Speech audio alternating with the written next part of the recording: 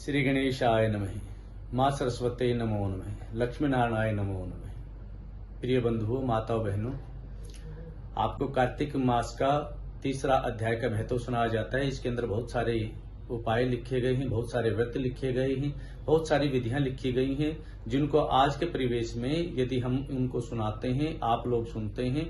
बहुत सारे व्रत हैं। चांद्रायण व्रत है, कर्च व्रत है, प्रजापात्य व्रत है, पराक व्रत है, अतिकच्छ व्रत है, संतापन व्रत है, बहुत सारे व्रत हैं। कुछ व्रत आपको समझ में आएंगे, कुछ व्रत आपको भी समझ में नहीं आ पाएंगे। ऐसी विधियां इसके अंदर लिखी हुई है कि पहले दिन गाय का दूध पीजिए, दूसरे दिन गाय के दूध की दही खाइए, तीसरे दिन गाय का जो घी है वो खाइए, चौथे दिन है उसके अंदर मूत्र पीजिए, पांचवें दिन है गाय का गोबर खाइए। यदि ऐसे नियम इसके अंदर हैं, हम हास्यप्रद लगेंगे कि पंडित जी क्या करें, क्या ऐसा करना उचित है कि अनुचित है, तो ये मन के अंदर विषय आ जाएगा और आपका जो विश्वास है वो डगमगा जाएगा। इसलिए ऐसे व्रत कीजिएगा जो आप आराम से कर सके। जैसे चांद्रायण व्रत है। चांद्रायण व्रत के अंदर है कि पहले दिन आप भरपेट भोजन खाइए, फिर एक एक ग्रास घटाते आइए। जैसे चंद्रमा की कलाएं घटे तो घटाते जाइए, और यदि चंद्रमा की कलाएं बढ़े तो बढ़ाते चले जाइए।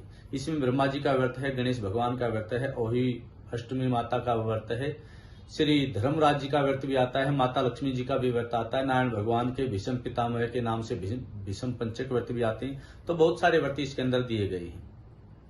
अब आते हैं कथाओं के ऊपर। सर्वप्रथम जब कथाएं आरंभ होती हैं, हमारे पौराणिक कथाएं हैं ये, इन कथाओं के अंदर आता है कि एक समय पर श्री कृष्ण भगवान जी से सत्यभामा ने प्रश्न किया कि हे प्रभु जी, इतनी रानियां हैं, इतनी पटरानियां हैं, तो मैं ही आपको प्रिय क्यों हूं? इसका कारण क्या है? श्री कृष्ण भगवान कल्प वृक्ष के नीचे सत्यभामा को लेकर के गए और कहा कि हे सत्यभामा, पूर्व जन्म के अंदर आपने ऐसे ऐसे कार्य किए हैं जो आपको बताता हूं, जिनके कारण आप मुझे सबसे प्रिय लगती। तो पूर्व के वो वृत्तांत बताते हैं कि पूर्व काल के अंदर देवशर्मा नाम के ब्राह्मण थे, उनके यहाँ कोई भी संतान नहीं थी। वृद्धावस्था के अंदर उनको गुणवती नाम की कन्या प्राप्त हुई। पुत्र कोई था नहीं। चंद्र नाम का उनका शिष्य था। चंद्र नाम के शिष्य के साथ में अपनी कन्या का समय के अनुसार में विवाह किया, और एक दिन चंद्र शर्मा और उनके जो ससुर हैं देव शर्मा, दोनों के दोनों वन के अंदर पहुंचे हुए थे हवन के लिए समिधा इत्यादि लेने के लिए। उसी समय पर कोई ब्रह्म राक्षस आया और उन दोनों को वध कर दिया, उन दोनों को मार करके खा लिया। ये कथा आती है। उसके पश्चात में जो उनकी गुणवती नाम की कन्या थी, उस कन्या ने अनेकों प्रकार से संतापन किया, शोक इत्यादि किया कि पिता के बगैर, पति के बगैर मैं किस प्रकार से रह पाऊंगी, और सारे के सारे पति के और पिता के क्रियाक्रम इत्यादि उस कन्या के द्वारा करवाए गए। उसके पश्चात में आयु पर्यंत तक वो तुलसी जी की सेवा करती रही, तुलसी जी का पालन करती रही, कार्तिक स्नान करती रही, और अंत के अंदर जबर इत्यादि से पीड़ित होने के पश्चात में भी गंगा स्नान के लिए वो चली गई। गंगा जी के अंदर जैसे उसने प्रवेश किया, शीतल जल था, जबर चढ़ा हुआ था, तो जिसको हम लकवा बोलते हैं, ऐसे रोग के अंदर उसके प्राण निकल गए। गर्म सर्द भी बोल सकते हैं आप इसको। एक बुखार ऊपर से ठंडे जल के अंदर प्रवेश किया। उसी समय पर उसी गुणवती नाम की कन्या ने वृद्धावस्था के अंदर अपने प्राण त्याग दिए। जो उनके पिता थे देव शर्मा, वो सत्राजित कहलाए दूसरे जन्म के अंदर, और जो उनके पति थे चंद्र, वो दूसरे जन्म के अंदर अक्रूर कहलाए। और श्री कृष्ण भगवान सत्यभामा को समझाते हैं कि वही गुणवती नाम की जो कन्या थी पूर्व जन्म के अंदर, आपका पुनर्जन्म अब हुआ है, दूसरे जन्म के अंदर आप सत्यभामा कहलाई हैं। आपने तुलसी जी का सेवन किया था, इसलिए कल्प वृक्ष आपके घर के अंदर है। आपने भगवान के लिए दीप प्रज्वलित किए थे, इसलिए आपका ऐसा स्वरूप है।